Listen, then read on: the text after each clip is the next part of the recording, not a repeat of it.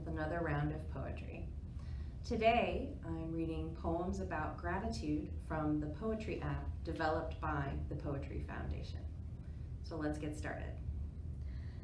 The first poem I want to share with you today is called As If by Rosser.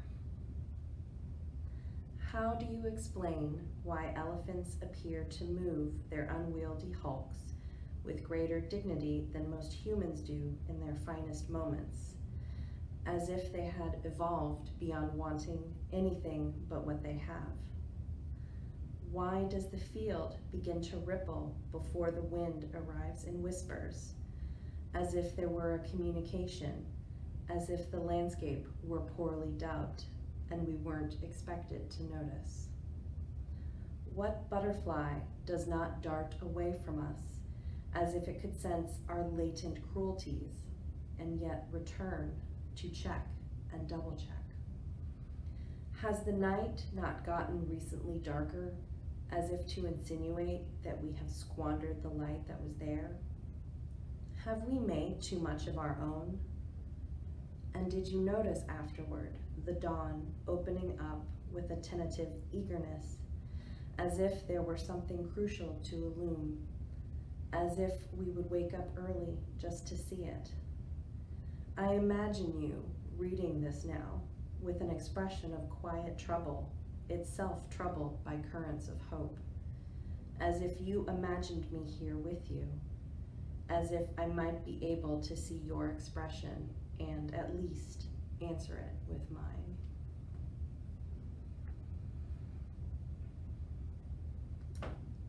Our second poem is For What Binds Us by Jane Hirshfield. There are names for what binds us: strong forces, weak forces. Look around, you can see them. The skin that forms in a half-empty cup, nails rusting into the places they join, joints dovetailed on their own weight.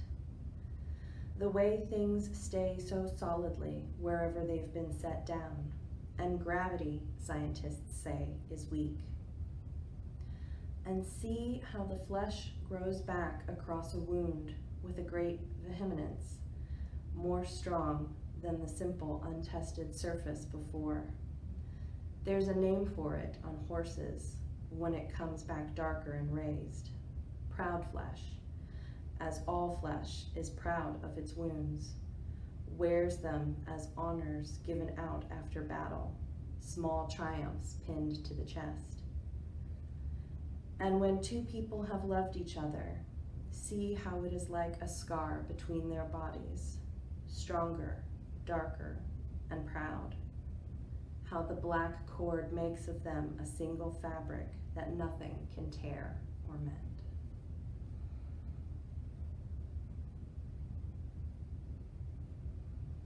All right, our third one is called May You Always Be the Darling of Fortune by Jane Miller.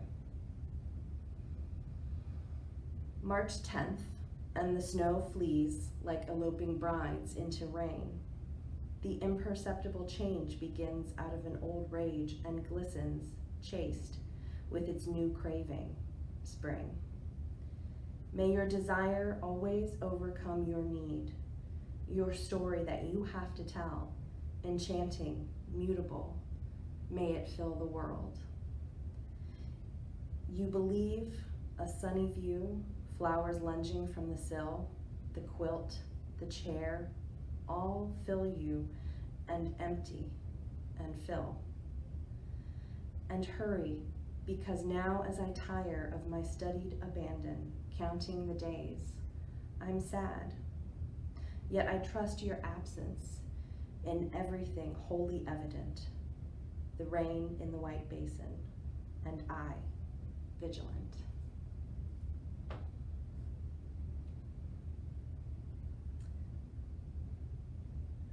Our next one is by Mary Karr, who is known more for her memoirs, but this is actually a poem by her. I read somewhere that if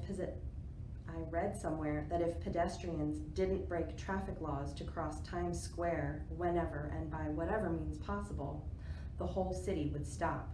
It would stop. Cars would back up to Rhode Island, an epic gridlock not even a cat could thread through. It's not law, but the sprawl of our separate wills that keeps us all flowing.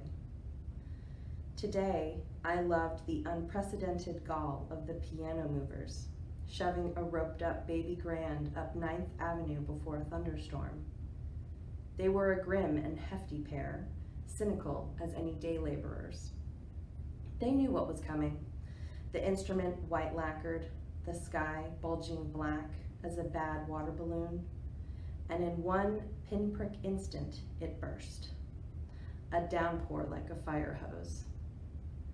For a few heartbeats, the whole city stalled, paused, a heart thump, then it went all staccato.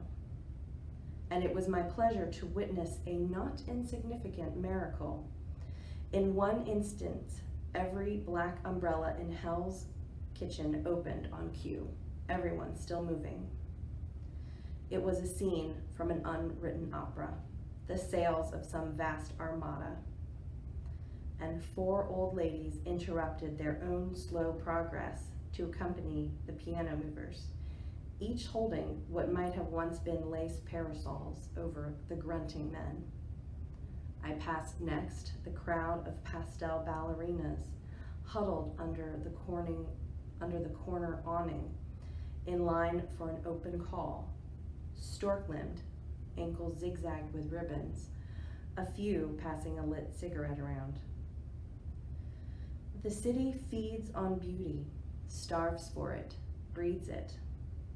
Coming home after midnight to my deserted block with its famously high subway rat count, I heard a tenor exhale pure longing down the brick canyons. The steaming moon opened its mouth to drink from on high. And finally, a short one to wrap us up. This is One Day by Robert Creeley. One day after another, perfect, they all fit. Thank you so much for joining me, and I look forward to seeing you again at Poetry Corner.